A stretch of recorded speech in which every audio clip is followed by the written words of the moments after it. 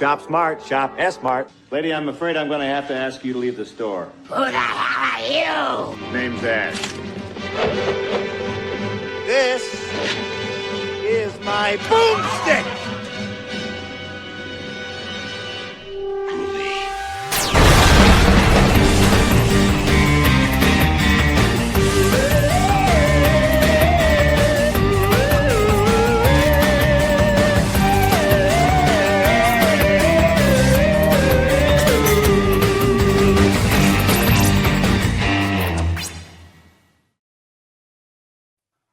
So hi, welcome to Binge Buddies, Deadites in Aisle 3. I'm your host, as always, Brian Dressel. With me, as always, was Ryan doing a dance during that? Because it looked like as soon as the theme song started, Ryan got up and started dancing. I was fixing my socks or putting on my socks because it's cold in the basement. I looked away for a second, and I'm like, he's really getting into this one. But I'll start dancing if you really want me to dance. I mean, I was like... but we always do like shoulder things while it's happening, and then I look at Ryan, and he's like full blown like ska dance and like yeah. I was doing this. I was headbanging almost to it at the end. I can't see any stretching than bopping, but it's no. Joel's the one who sits there stoic almost every time. I don't hear this intro at all. So I just sit there in silence, like. Yep, just wait until it starts. Waiting patiently. If my computer is better, I'd probably be playing a game while waiting. I'm surprised you don't have your Steam Deck. Just Well, I try to be a little respectful with your time, but I mean, try to be a little respectful. I like that. That's I have to temper your expectations. I don't want to over promise and under deliver. I'd rather under promise and over deliver. I mean, I can't argue with that. With me this week, we have Matt Zombie Dog, Officer Howard Dykes. Which one is that? That one I don't know. Did he do a Law and Order? Nope, it's just called Intruder from 1989.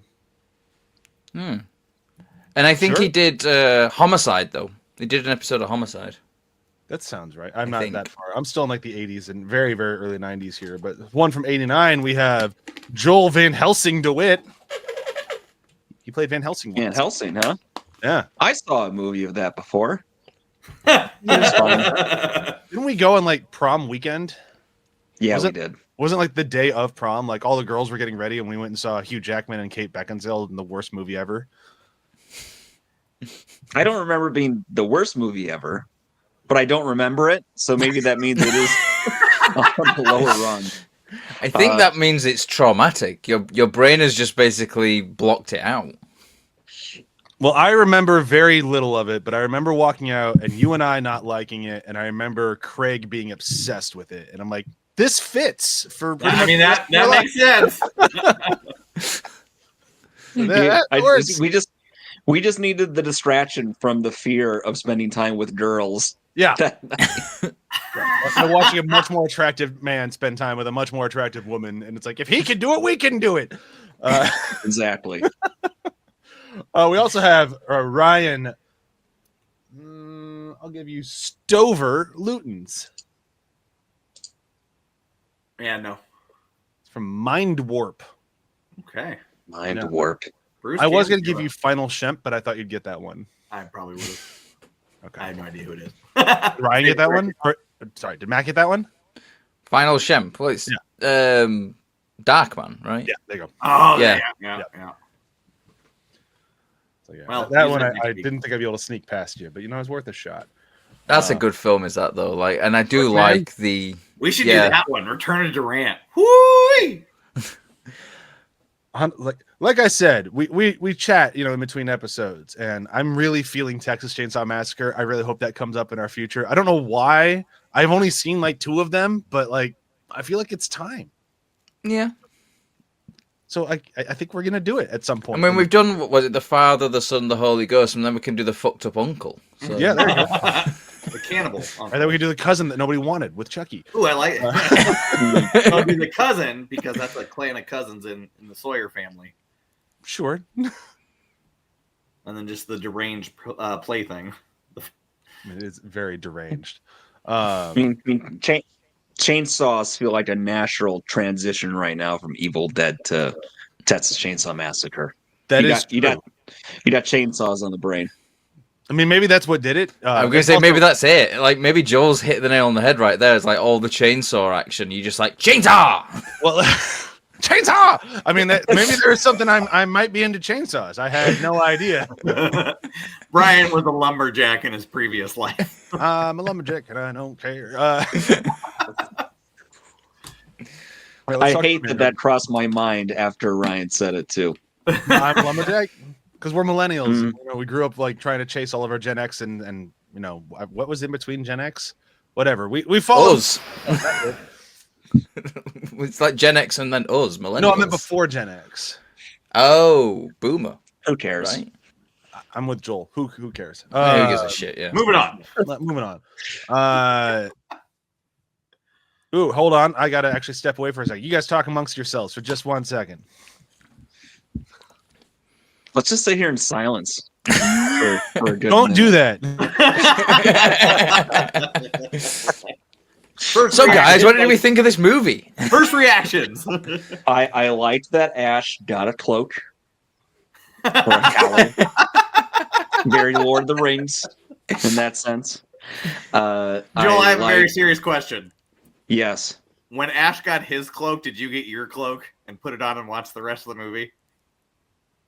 Look, what happens in cloak time at my house is between me and my cloak.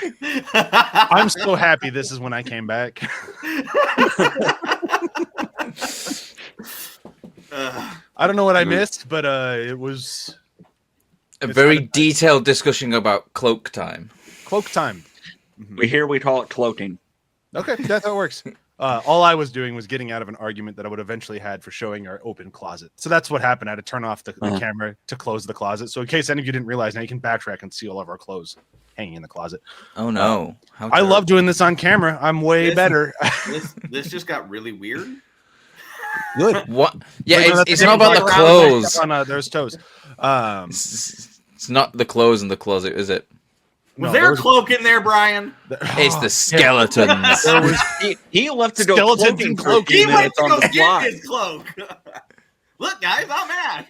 I mean, to be fair, if he'd have come back wearing a cloak, that would have been perfect. That would have sealed the deal. That would have been. if I'd had my headphones on and I had a cloak to put on, I 100% would have. But I didn't, and I don't. So here we are. All right. So I assume you talked nothing about Army of Darkness. No, we talked about Joel's first time and the cloak. Yeah. How was your first time, Joel? Well, a young Did Ash give you a the young stumpy? me found this book called Lord of the Rings, and then a slightly older me found those movies and thought, hey, those cloaks look pretty cool. I should get a cloak. Yep, that's what I was talking about. Thanks, Joel. Yep. Talking with Kelly after the first few movies, because she's about as warm on these as I've been up to this point. I kept telling her there's going to at least be a good one in this series. There has to be. If it had run on this long, even as a cult classic, this is a good one. This is really good and fun. I had a great time watching this. So you're What's warming great on about- them a little. Hmm? So you're warming on them a little. A little. I think, they dropped the pretense of this really being horror at this point, and it feels more dark fantasy / comedy. And I think when they go right back to horror. Oh God. yes, then In a we'll very save fast that for car. next week. But And it's so good. But the Adventures of Ash. This is now what I expect. This is the sweet sauce. The sweet middle of what makes this work. And you're Well, it's kind of the culmination of You're gonna his. get more of it in the show. Yeah, the Yeah, show definitely he's- follows this tone, like for it's- sure. Okay. It's kind of like the culmination of like the character journey of Ash going from like coward to reluctant hero to hero. Like, and Right. it's throughout those three films, and it like what's great about that is like it leads on to the series as well, where he's not really like hero, I suppose. He's just kind of like bumbling hero as in Army of Darkness as well. Like, and that sort of continues in the series, which is like why the series is so good as well, because it does kind of like keep everything going. And there is this kind of like throughout the films, there is that sort of evolution of his character. Because in the first one, he's just trying to survive. Like, he spends a lot of it. He's kind of a nothing in the first one. He's just, you know, Yeah. who's in the wrong place at the wrong time. In the second one, he starts as that, but he gets closer to this. And this one, like, you can make the argument that he's just broken at this point. Like, whatever Ash we saw in Evil Dead, that guy doesn't exist anymore. And we're left with, like, this Wile E. Coyote with a chainsaw for an arm and a shotgun who's just like, I don't like dead things. Like, he is just a broken man. But I'm okay with it because he's really funny. Well, I think what it comes down to as well, like, we see him break in 2 as well, like where like everything, like all the laughing of, like, you know, like in that scene, I think that is his psyche breaking, and then like throughout like the course of the rest of 2 is his psyche rebuilding into this more heroic sort of like man of action. Yeah. Still a bumbling idiot because, you know, he's still Ash at the end of the day, but then that's what we then get in Army of Darkness, is this kind of like rebuilt psyche. And then he has more of a superiority complex in this one because he feels like, you know, these are primitive idiots. They don't know anything. I am like a god here. And it is that sort of, that old joke of what would you do? Like, you know, if you were like plucked out of time right now and dropped like 2,000 years ago, or like, you know, even 1,000 years ago in past, you'd immediately think, oh, I'm so intelligent. I'm so great. But then you're like 3 questions away from being a complete moron again, because it's like you could sort of like say to people, oh, well, we've got this great technology and, like, you know, it's great, and then it's like, oh, so how does it work? It's like, plug it into the wall, and you know, you just kind of go. It's like, you know, you're very few. Yeah. We're not practically intelligent.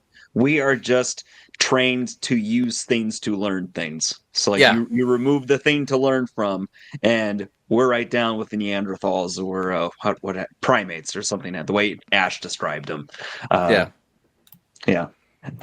Bruce Campbell, he has one of the most expressive faces in something that I've ever seen.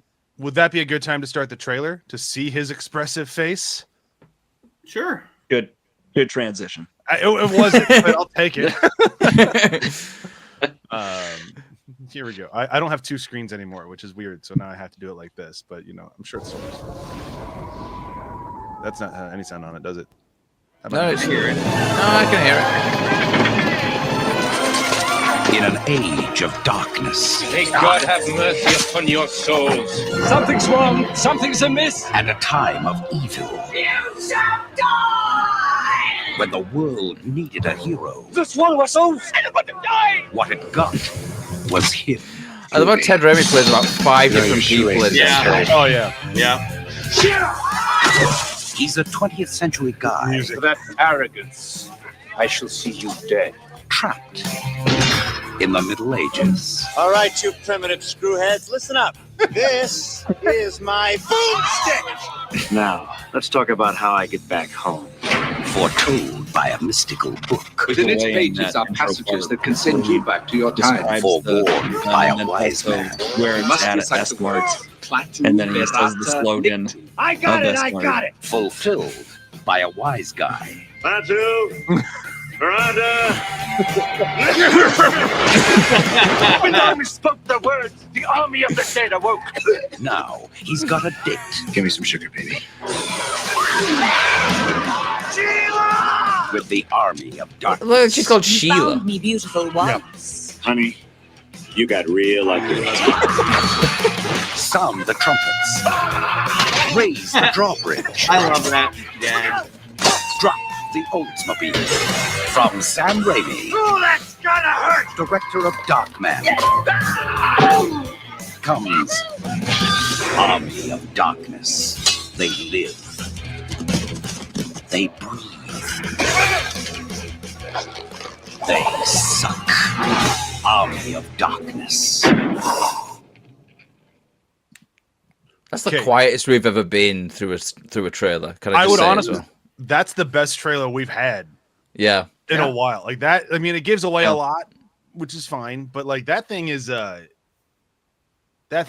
perfect example of the tone of that movie.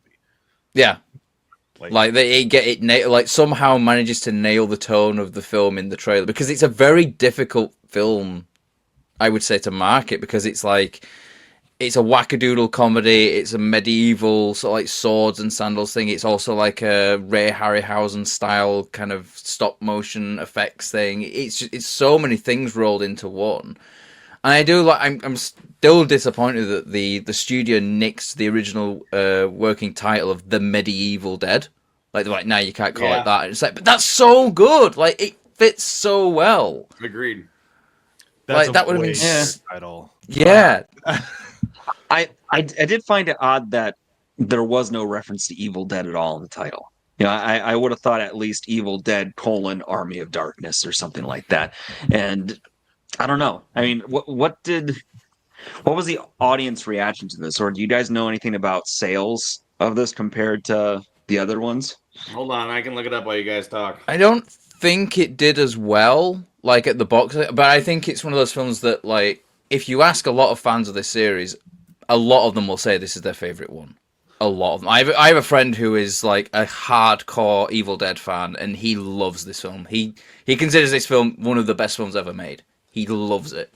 Now, but here's the thing: when it comes to Army of Darkness, and this is why I find it interesting, I honestly believe that if you felt the exact opposite, that's still valid. Okay, yeah. I got it. Oh, how'd it do? So worldwide for the Evil Dead, the first one was 29.8 mil. Second one was 5.9 mil. This one was 21.5. So I made more, but it's still. I mean, none of these were like blockbuster hits. The next one is 97 mil, and then Evil Dead Rise is 146 mil. I mean, I don't think Rise is my favorite one, but I get why it made that much money. Yeah. That had a really good trailer on it. Like it really kind of grabbed people. Like that one made sense. Yeah. But it's also going like, you know, it's going to that point of like, this is so many years after the original one as well. Yeah, and horror is becoming more mainstream in the 2010s and the 2000s. But and we got a body horror movie up for Best Picture tomorrow. Like that's, and I'm excited. So I mean that makes sense. So sorry, we cut Joel off. Joel, what were you saying? I'm used to it. I see your point, Brian, about with whether this could be your favorite or least favorite, because it really is what you're looking for out of the series. If you went to the first two and you're looking for the brutality, the terror, the kind of wild stuff around that made sense, and that's what we'll talk about next week. But if you're looking for the real camp and the comedy and the absurdity from a humor level, this is it. This is exactly it. And it's great, and I love it for that. But it is like, I don't usually, when I watch Evil Dead, I'm much more against like the very notion of our show here, which is, you know, we binge everything. For me with Evil Dead, it's choose your own adventure. Like, am I in the mood for like the original? Am I in the mood for 2 or the remake or whatever? Like I kind of choose the film based on my mood. So a lot of times I end up at Army of Darkness because I want that sort of goofy fun. Like the things, when we think of Army of Darkness, just even look at the intro to this show. Almost every quote in our intro is from this one because it is that big part, very fun. And we were talking before this, you know, the fact that this movie is so quotable because it really leans into the humor. But now watching these things back to back to back, it does feel like, even though it's a huge step in a different direction, it feels like a step back in another way of like, the violence is just not here in this one. Like even when it does get violent and goofy and crazy, it's nothing compared to 1 or 2. I think it was. I think they were going. I genuinely think, because like if you look at the way the film is shot and like all the scenes in it, I genuinely think they were going for a PG-13 on this one, and like because it was connected to the Evil Dead thing, the MPA just wouldn't give them it. So I actually think that sequence with the big fountain of blood that comes out of the ground, I think that's like putting after the fact as a right. Okay, you won't give us a PG-13, right? We'll put something that will make it an R. Yeah, like I think Peter Jackson did a similar thing in one of his films where he was going for PG-13, and this is before Lord of the Rings and all this. He was known as a horror guy, and the MPA was just like, no, you're gonna get an R. So he puts like a random shot of like someone's head getting shot and exploding with a shotgun or something like that. I can't remember what film it was. Well, but that and he added the lawnmower. It was Dead Alive. Like he added the lawnmower thing at the very Dead end. Alive was going for PG-13? No way. This is. Or am I thinking of the Frighteners? It might be it's the Frighteners, I think. Yeah, I think it's the very faintest. easily PG-13. Dead I Alive. was gonna say Dead Alive. No way. You're right. You missed. You're right. I know exactly what you're thinking because I had to go there, but it's when the FBI guy's sitting in the back seat and he gets his head blown off and his ghost head's just sitting right there. Oh, yeah. Yep, that's the scene I'm talking about. Okay. My bad. That makes a lot more sense. I was gonna say like Dead Alive. Dead Alive pretty sure that was. I mean, they had two zombies had sex and had a baby. That's not a PG-13 movie.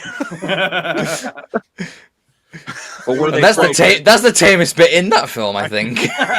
Arm goo, man. Shot into the soup. Movie's so gross.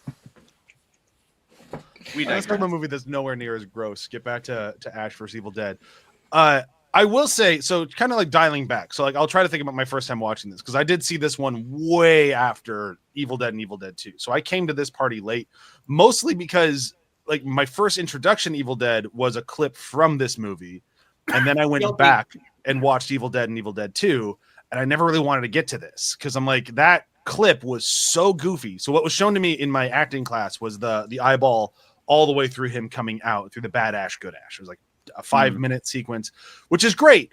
And I loved it, but it was not what I experienced when I watched Evil Dead and Evil Dead 2. So I never really got to this one. Once I got to it, I loved it because I don't know how you don't, but like, it is one of those movies that I feel like oddly is kind of a hard sell. And the older we get and like the further we get away from it coming out, it's just going to become a harder and harder sell because it is extremely camp, and camp is very tough to pull off. And I think this one pulls it off well, but that doesn't mean that it's an easy sell. So I think more and more generations might skip it, unfortunately, especially as the Evil Dead franchise keeps going way more down the horror and violent route, which it currently is. I think what it comes down to as well is like, I think the first 3 Evil Dead films, now like someone will correct me if I'm wrong, I think each and every one of them was all done by a different studio. So you get to a point where like they can't use footage from the previous ones as well. Mm-hmm. And then when it comes to the TV series, I think the TV series actually doesn't reference Army of Darkness at all until maybe the 3rd season, I think. Because it was in that weird, the rights were in that weird kind of bubble of like, well, we can't really talk about Army of Darkness because we don't have the rights to that, but we have the rights to the first 2, so we'll just kind of like go more along the lines with that one. And it does cause a bit of a weirdness in that respect as well as like the series as a whole. But I think also like, yeah, it's no longer horror, but it's also doesn't feel out of place. No, like it doesn't feel like a left field thing. It feels very much like, oh yeah, this makes sense. I mean, like where we leave Evil Dead 2, he is literally here. Is in the medieval time. And that's what makes Sam Raimi so good is his continuity. Like he knows what he's doing and how to connect the dots in such a way. So, but like if you look at the end of 2 and the beginning of 1, you know he knows what he's doing to stitch things together. I mean, we have Bridget Fonda as the role. So, just in the retelling, but like just the way the car lands and everything. You know, he's got the strings, and I think that's all that matters, is especially when it comes to his continuity, because this is a Universal movie. This is the first big studio budget movie that he's got. So, and funnily enough, they had to reshoot the car drop because they couldn't use the footage from the first one. But then when they reshot the car drop, there was something wrong with the film and the camera, so they had to pay for the footage from Evil Dead 2 to reuse that. So that was a really great production money going to yeah. So like they spent all that money doing like the card, and then something fucked up in the camera or in the film or something like that, and they didn't get it right. So they still had to then just fork out the money for that for that footage, which I think is insane as well. Like, you know, this is a guy who like he shot that himself, and yet he still doesn't own that footage. He can't use it in anything. No, like it's. When you weird. Sell the studios, that's what you get. There's a reason why if you go to film school, there's multiple classes on business of film, like because it's a mess. And like, I mean, business everywhere is a mess, and it's only getting worse right now. Yay, USA! But let's kind of dive into this thing a little bit because we keep talking about how crazy and weird it is, but we haven't really talked about any of the stuff that is crazy or weird. So we'll just kind of go through this thing as chronologically as we can. I know that's going to be tough. This one's very easy to jump around, like I've already done with the eyeball and stuff. But I do think this is arguably, until we get to probably Evil Dead Rise, the most like clear story we've gotten of like A to B to C. Like this is just a normal narrative. I'll push back on that next week because I think the script, the story, and how they get there. I mean, I guess it's good, but like I'd still think this one's clearer because this one still has more of a journey to it. Yeah, it's not just like people in a house getting murdered. Like so, like even though it's a quest, it's a quest. There's no quest in sobriety. I guess you could. I mean, there is, but not a cinematic one. It's an internal one, and like I feel like you're playing a video game, and like go get the book, go to the windmill for the night. Yeah, and like this one, like it has like an actual quest, so like it makes it an easier movie. It's a more palatable movie. Like on top of the fact that there's less violence in it, there's less craziness. There's, I mean, the rape happens off screen in this one, so yay! Kill there's 10 always Deadites fucking and return rape to in these Teen movies. Arthur for your experience. I'm sorry, what'd you say, Joel? I talked right over you. I was gonna say kill 10 Deadites and return to King Arthur to turn in your quest. It's 100 XP, boomstick of greater booming. But like, isn't there a boom world where you bell. can imagine like just a reskin of Ghouls and Goblins, but just as this? Yes, please. Yeah, like I would play that in a heartbeat, right? Like, that'd be awesome. Yeah. But so this movie starts right where the other one said it was going to, with him landing, and it's like, what are all these medieval people? And of course, their reaction is like, chuck him in a hole. Like, who the hell is this guy with the what's on his arm? I love the landing of this movie. Like, Ash is broken, as we mentioned earlier, lands in this crazy situation, and they're just like, I don't know what he is, kill him. Yeah, you just chuck him in the hole. Like this movie's start is very, very strong. Is what I'm trying to say. Yeah, very wordy. I also love like the way we get the prologue and everything done with really quickly, and then you jump into like the opening credits and the theme. The theme is so the theme is so great in this one because it is very much like it's kind of like it's more epic. It's getting you ready for what is going to be this kind of medieval epic, and it is really like it's an epic done on a very small scale because even though it was a big studio film, it still wasn't a huge budget. I think maybe 12 or 15 million. Which for like the amount of effect shots and like these huge battle sequences, that's a lot on the screen there. I mean, Sam Raimi still knows how to use his money. Like he's proven that now 3 times in a row in this franchise. Like, yeah, Evil Dead 2 has a huge budget jump, but it didn't have that much, and it looked like hundreds of millions compared to like 15,000 in the first one. He knows how to use his budget very well. Yeah, I think it comes off of like Evil Dead was his film school. And it's one of those things of like, when you're able to create a full feature length film for like, 90,000 production budget, when you start getting given like real money, you're just like, well, what am I going to spend that on? Yep. And then it's just like, oh, well, like what's in the toy box here? Because now I've got like, I was able to do this with so much less. And now I've got all this other money and it's like, oh, what do I want to do with this? And then it like his creativity gets fueled more, and it's like his creativity is also about beating the shit out of Bruce Campbell. Oh boy, and he really does that in this one. It was all over that trailer. Just in all of them, to be fair, but like, the sequence in this one with the clone or whatever you want to call it, the bad Ash coming out of him is one of my favorite sequences. Like I mentioned, like that's how I was introduced to the franchise, but like.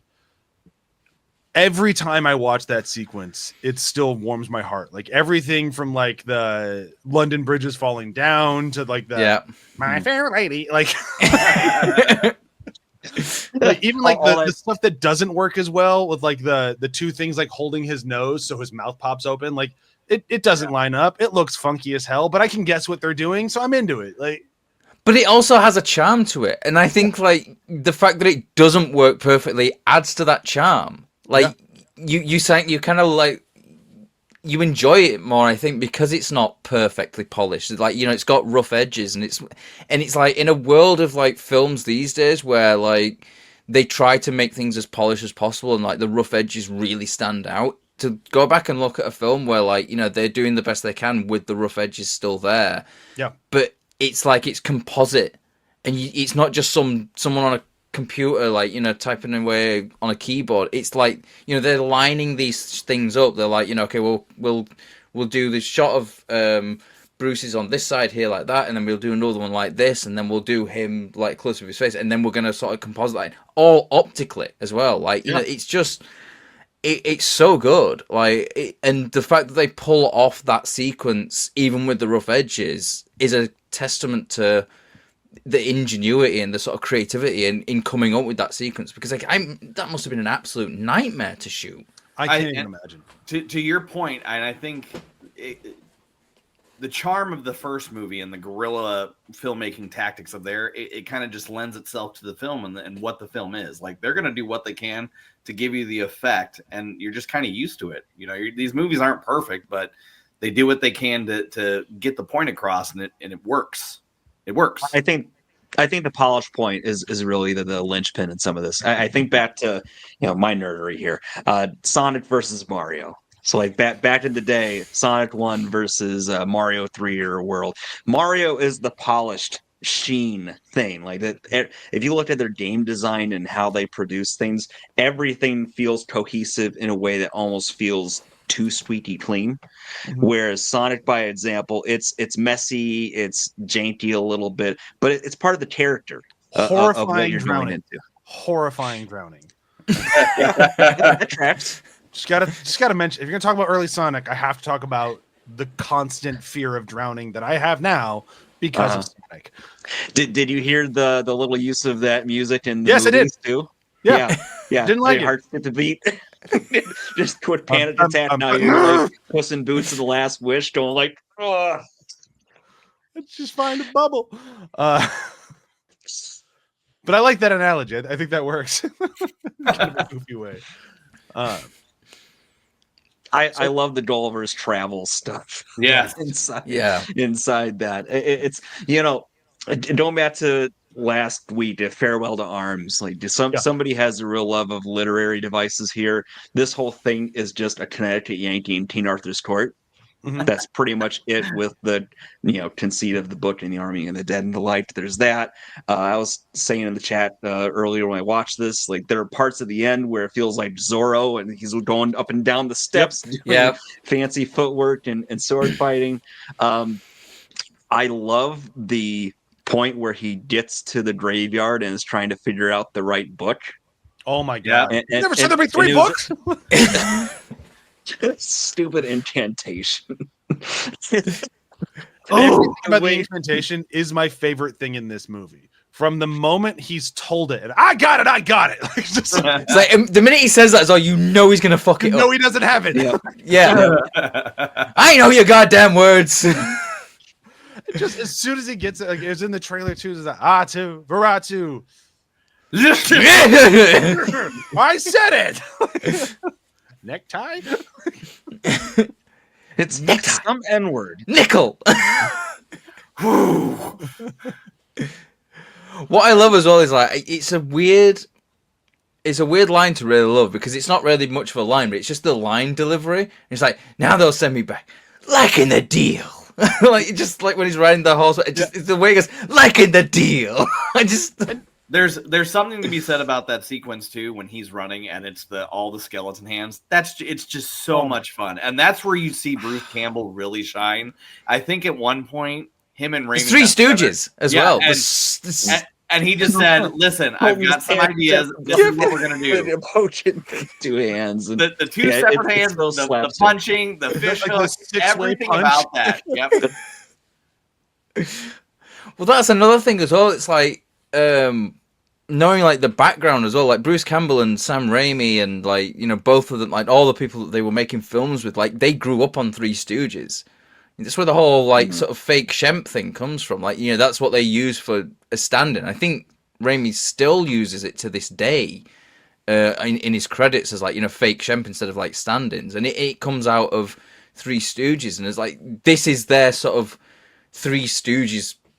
Like, you know, there's so much of like, you know, it's kind of like littered in here there in the first 2 films, but this one it's just all out with like, you know, just all the kind of like, you know, the little Ashes running around is got a lot of that as well. There's also the you know, there's the skeleton hands, like, you know, where he does like the things, and then like the two go in, like the two arms going separately and get him in the eyes, and like the fish hooking and all that sort of stuff. And it's just a joy to watch. It's one of those films where like you could go in and just watch just that film, because you get the backstory set up and everything like that, and you could just sit there and watch that one, and you'd have a blast. Like, it's just so enjoyable. Like, I always come out of watching this film with a giant smile on my face because I just had so much fun with it. Well, and that sequence, like, it just keeps going. And like what Ryan said, like, this is where Bruce Campbell really shines. I agree with that. But like all the way up to the point where he's fighting himself when we have good Ash versus bad Ash. And it's like the movie just keeps pushing, like, and just keeps pushing, and not in the way that like the first Evil Dead did, where it's like, I'm going to push your boundaries so far that you're going to be incredibly uncomfortable by the end of this.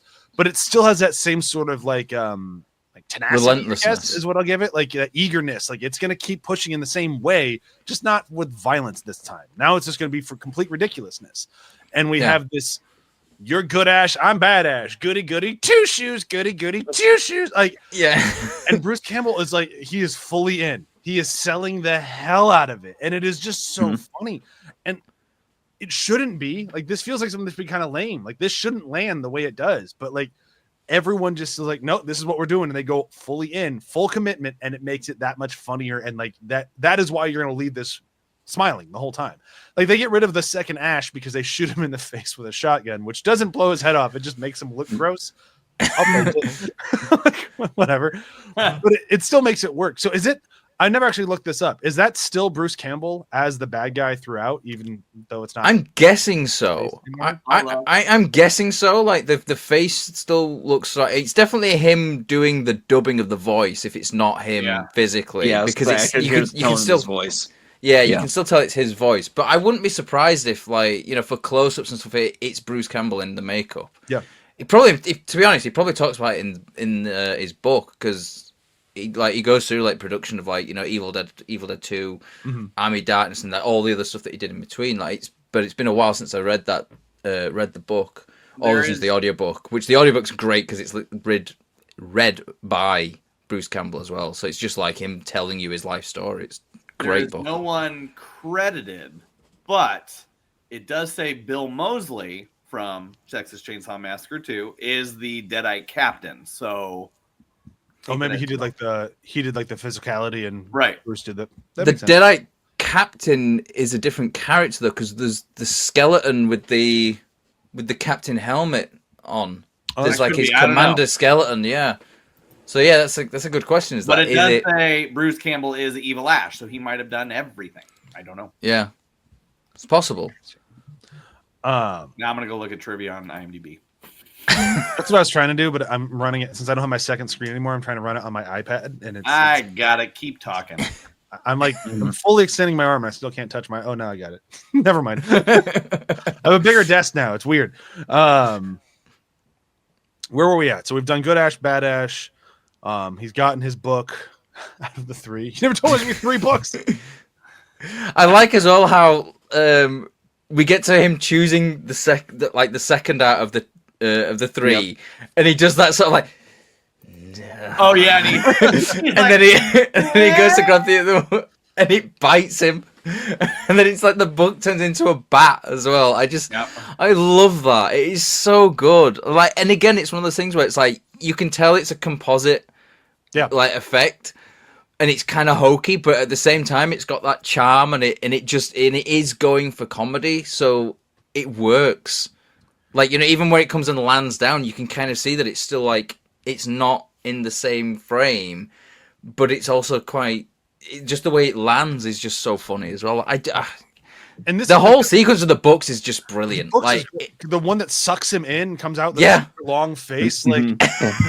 Just shade his face 4 times until I got it right after.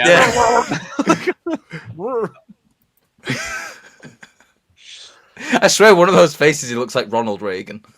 Oh, he did kind of, yeah. No, I love all of that, but like moving forward. Then he comes back to the town. He's like, I want to get out of here, but he's unleashed an entirely undead army. We have the poor guys like, did you say the words? I said most of them. I didn't say every precise syllable, but yeah, I basically said them all. Basically said them all. Not the same thing, Ash. But I legitimately enjoyed the final action sequence. Like the entire, like the siege of the castle. Like it works.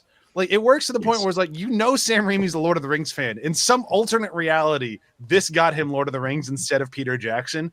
I think he would have done a pretty good job with it. It would have been very different than Peter Jackson's approach, but who would have Bruce Campbell played? Aragorn. No, hold on, wait. I'm sorry. He'll play every member of the Fellowship. I was honestly going Gandalf. Like I was just they had Tom Bombadil in it, and then Bruce Campbell's that. No, and because this would be a real Sam Raimi thing to do. They shoot it, but it's all cut out. But it's just everyone beating the shit out of Tom Bombadil. So we mentioned music, and the past 3 films have had the same composer, but this time they hired Danny Elfman to do the Evil Dead March. And that song, while it's in the main credits, but it's highly prevalent when they're marching on the castle, it fits so well. It's just, it's Danny Elfman. It's got the dun dun. Yeah. The fiddle, like everything about it was just very much, I felt like I was watching Edward Scissorhands or a Tim Burton movie in that moment. Just in that moment. But you can tell a Danny Elfman score, even if it's just that.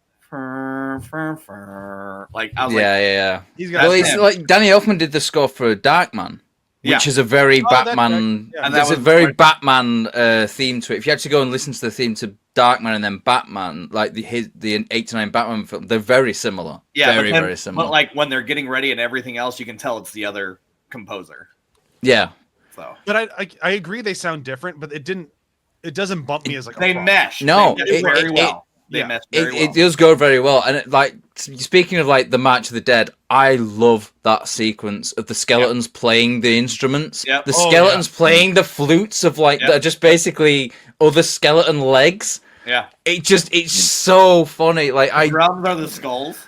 Yeah, the skulls are the drums, and just that whole sequence is so great. And what I love about it is like it's a mixture of, and they do this really well, like a mixture of animatronic.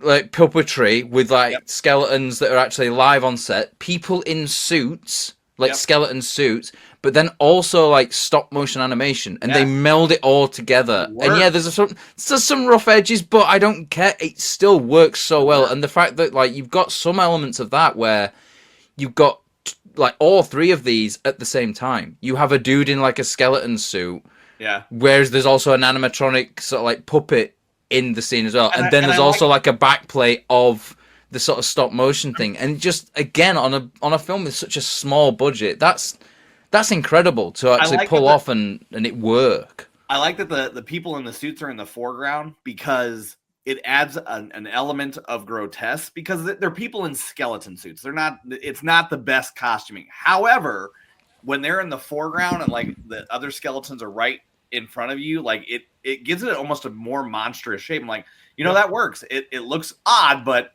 they're monsters. It works. I mean, and I like how the skeletons have personalities as well. Yeah. Oh man, this is again in the trailer we watched. Just the fact that one wakes up coughing, like you don't have lungs. Yeah. there's a bit in it, like, and it's not going to be anyone's quote because why would you use this quote of all the other ones in there? But there's a bit where the skeletons are getting their asses handed to them, and you hear this skeleton basically like runs up to the camera and then goes, "Let's get the hell out of here!" in like a really whiny voice, and it's so funny. Like it's so great. Just for 1 second, as you guys were talking about that, the March of the Skeletons, like I wanted to bring it up just because we talked about it for a while when we covered T2, which is the only other movie that I've seen pull off a shot like that as well, and that one had way more money, and they did it like 100 million one. Yeah, it was more. Just under 100 million. Yeah, still one of the most impressive shots in that entire movie, where you had like the claymation mixed with the screen print with just that whole layering. This one did the same thing on a third of the budget, not even a third, way less, like more like a tenth, like close to a tenth. And it's, of you know, the it's budget. easier to pull those things off once it already exists. And, you know, that shot existed, so they could have looked at it. But this came out a year after. So it's not like they had that much time. They had to have come up with this plan before they saw Terminator 2. Assuming they saw Terminator 2, I'm guessing. But, like, it's... I mean this as a compliment. Doing something that insane is nuts. Okay. Hello? Your mic, your sound. Anyway, Your mic was playing up again. It's all right now. It cleared up though. It's this fucking thing. What's unique too is with the action sequence at the very end is it's, you know, we're talking about all these different, whether it's costume, whether it's, you know, the claymation, or whether it's the stop motion. Well, claymation I guess is stop motion, but for the battle, it all works. It all runs together. Like when you have those when they're doing their ha hoo ha, those are all, you know, it's all skeletons standing up. And I really like too when Henry the Red comes and he just drops that guy and the skull spins. You couldn't ask for a better slow motion shot. Even the writers Rohan showed up? Yes. He even sounded like death. He totally did. What I do love, like, you know, when the skeletons just start getting blown to bits as well, and it's because it's just like it's clearly these little model skeletons that they're blowing up, but it just like they give enough personality in them with the voice of like I think one of them gets an arrow in its chest and it just starts like shaking, going and then it blows up, and it's so funny. Like this is what I love about this film, like the absurdness of like the skeletons like talking and having these like almost like cowardly like personalities as well, like yeah. When the Ashmobile makes its appearance. Oh my god, the Ashmobile! And the first couple skeletons that ran over with that giant blade. It is literally just Party City skeleton model standing there as it drives up. Oh yeah, but it's great. It's so good good the because reveal of that. because like the car was taken, and it's like you kind of forget about it after a while, like because the movie does such a good job getting lost in the journey of it all, like his adventure. You kind of forget he has a car there. So when it shows up, it's like, oh yeah. And in the montage, you see them like they're taking it apart in the montage. Yeah. So you're like, oh, they're using it as parts for something else. Yeah, they're making armor or weapons or something. Yeah. Oh, yeah, they pulled out the whole engine block. Yeah. But it's steam powered. Yes, that exactly. But it goes back to even with the makeshift prosthetic hand that he crushes with. And this movie has a funny thing where, to your point earlier, Matt, it's like you get dropped into King Arthur's court, your knowledge is going to be limited and you're probably screwed either way. But they give him a little bit of ingenuity just because he has a chemistry book. Yeah, I love that as well. I love that they're like, right, let's explain this away. He's got a chemistry textbook and some engineering book just in the back of his car for no reason. But it's fine. This all takes place in like one day, and back in the very first film, they're on a spring break vacation. Yep.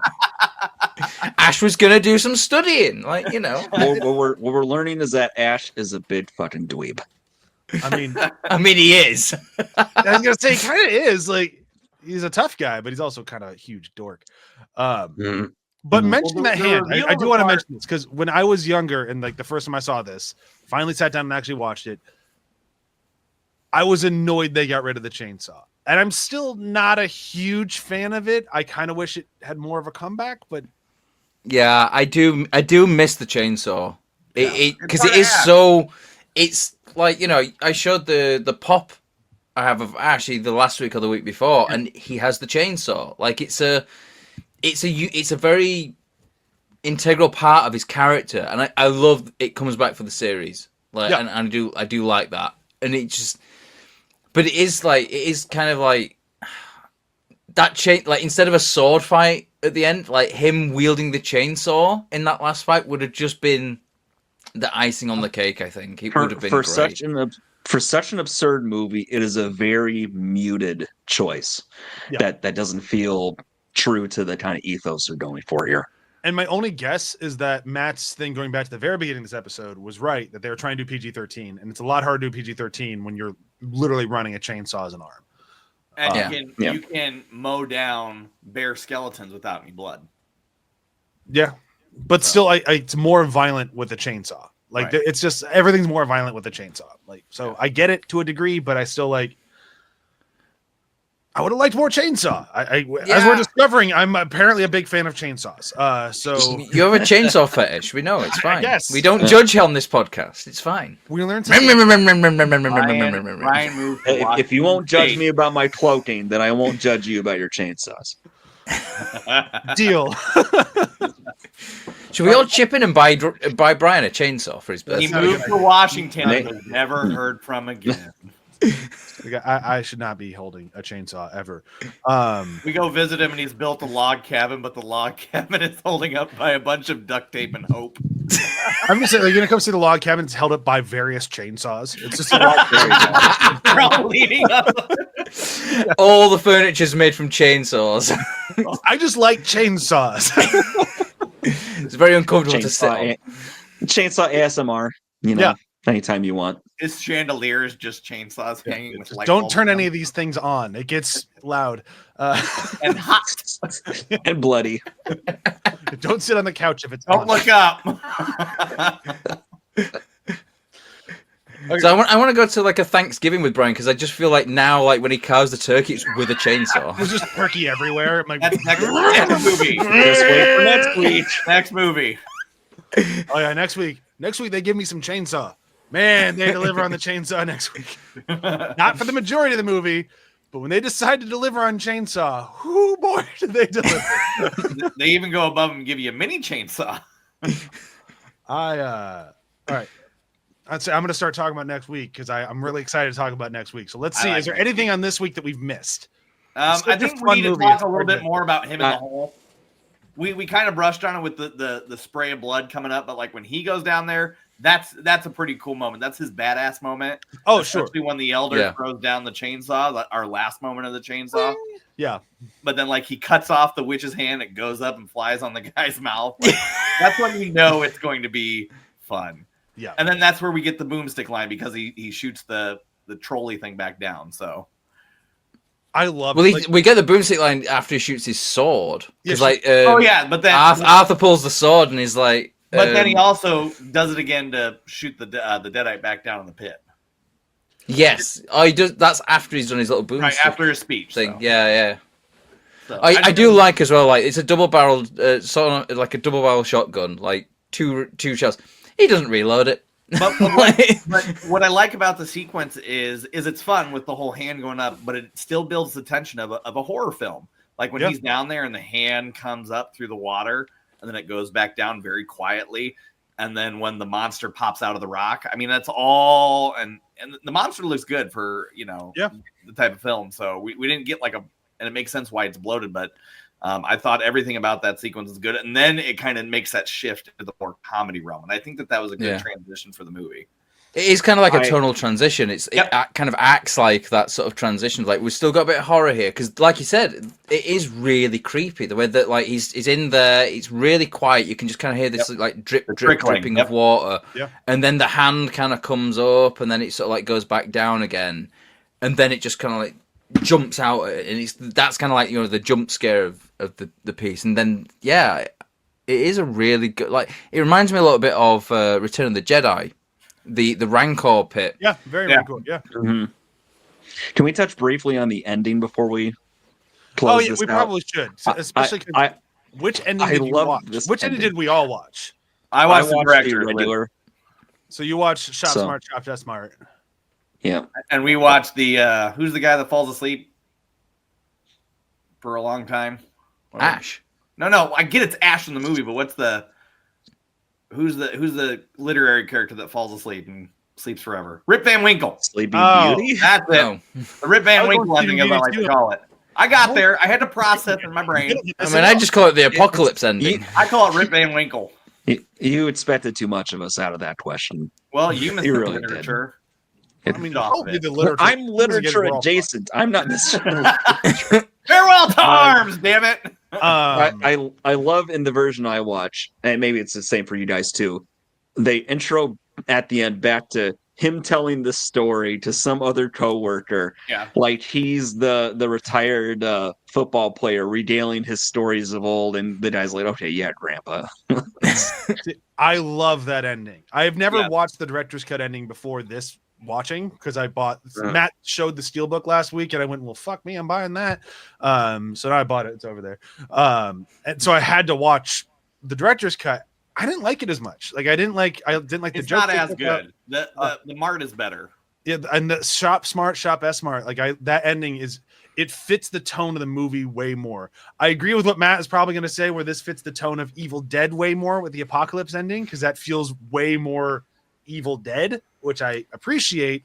But this feels more Army of Darkness, the one that Joel watched. I keep pointing to Joel, like because that's where he is, but he's not in my house. He's under your desk right now. It goes back to the conversation we're having before we started recording. The cloaking, yes. But yeah, no, I do. I really like the apocalypse ending. I can see the appeal of the theatrical ending. To me, it just feels a little too Hollywood. Like it is. It's very kind of like, you know, big action. Like because Ash is way too competent in that ending. Like he doesn't, so like, you know, throughout all the film, I suppose, but like. Yeah, it does feel very kind of like Hollywood ending of like, you know, big action scene. It's cool. Don't get me wrong. I think it's really cool. But I do think, like, you know, you're right. I think is more in tune. Yeah, the sort of like it's much more in the sort of like the series as a whole. Like Ash is going to screw up taking 5 drops of this. 6 or 7. He takes 7. I think he's supposed to take 6. He's supposed to take 6. Yeah, like that's 6. Well, that's it.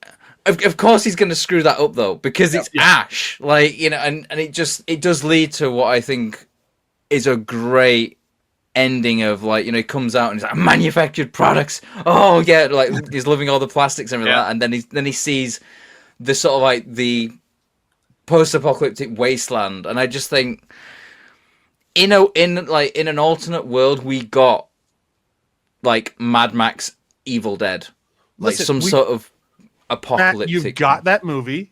It's just starring Milla Jovovich instead of Bruce Campbell, and it's called Resident Evil 2.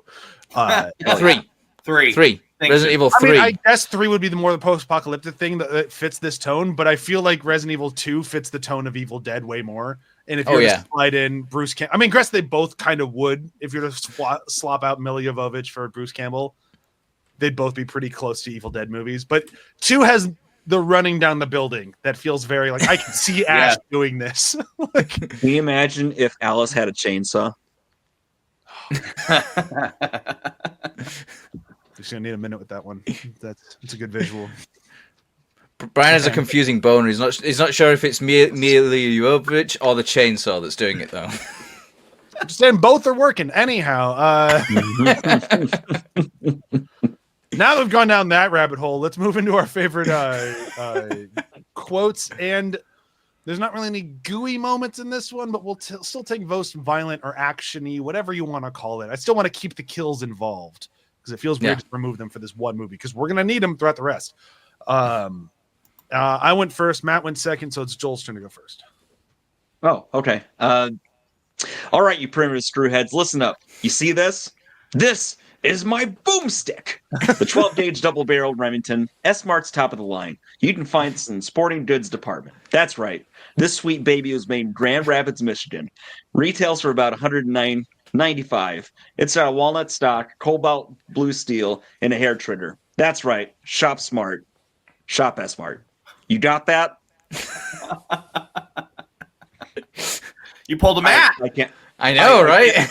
Proud of you. I can't help it. I had to. That this is my boomstick line. no notes on that. And then coupled with him explaining all this shit as if they're going to understand a single word of it. None of that made sense. He could have been speaking a different language that entire time. Like, right. It might as well have just been like a magical incantation in their eyes. It means nothing. So it's wonderful. Yeah. And what's your favorite violent moment is what we'll call it. I don't know.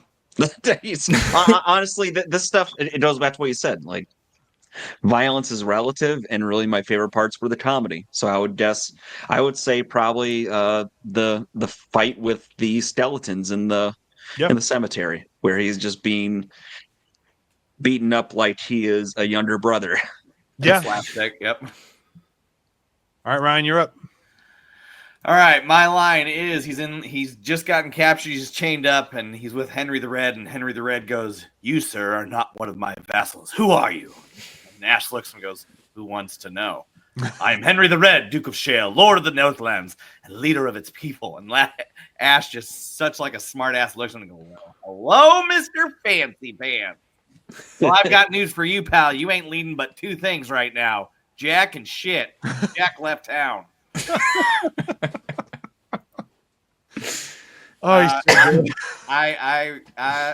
Watching this movie as a young child, I probably shouldn't have, but that was a go-to line for me in my younger years. So, and probably so dumb, but it's so good. It is. Yeah. Mm-hmm.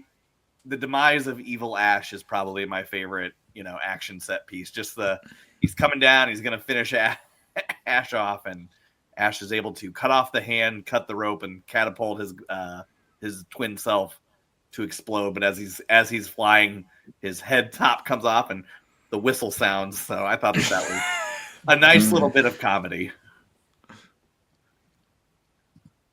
I'm having trouble picking a line. Like mine was going to be the same one as Ryan's, but that's fine. Because my original line was not in the version I watched, so I don't think I can use it.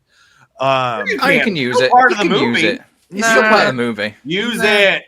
It's the version Joel watched, so watch. I am far too much of a butthead to even give myself that Fucking rope. purist. So no, I'm not going to do it.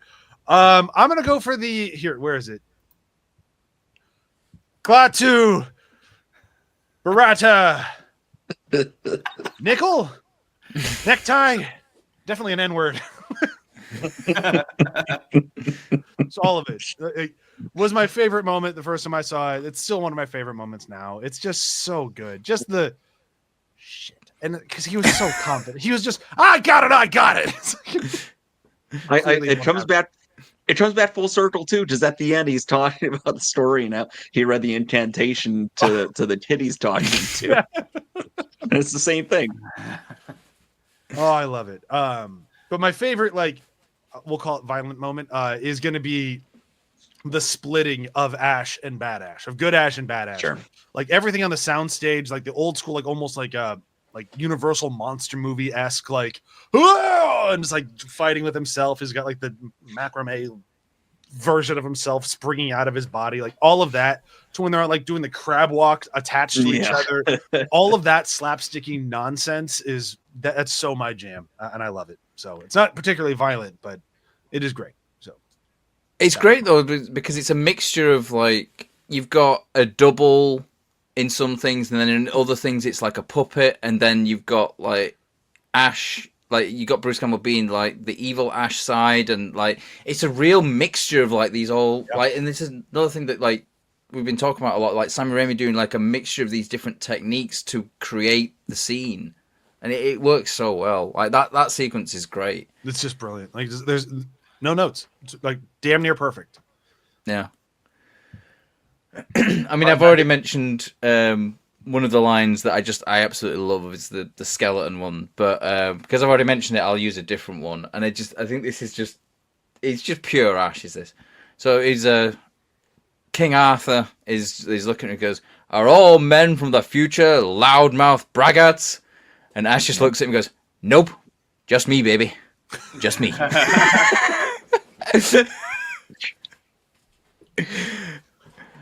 And then, for I think my favorite kind of kill moment, it's the skeleton that gets the arrow in it, and it just the arrow goes in, and it looks down, and it just goes, and then it just explodes. It's so funny.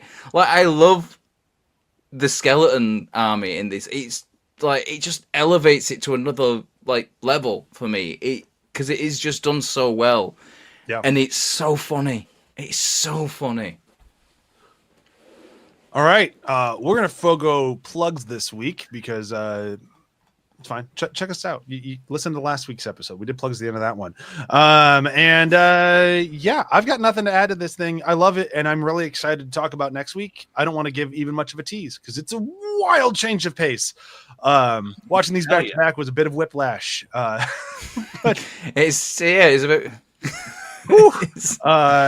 We're going back to the horror roots next week, and it's gonna be fun. So bye. I guess we don't really have a good outro for Evil Dead. Hail to the king, baby. Oh, that works. That works. Not next week. Groovy, I guess. Sure, why not? Here we go. Groovy. Bye.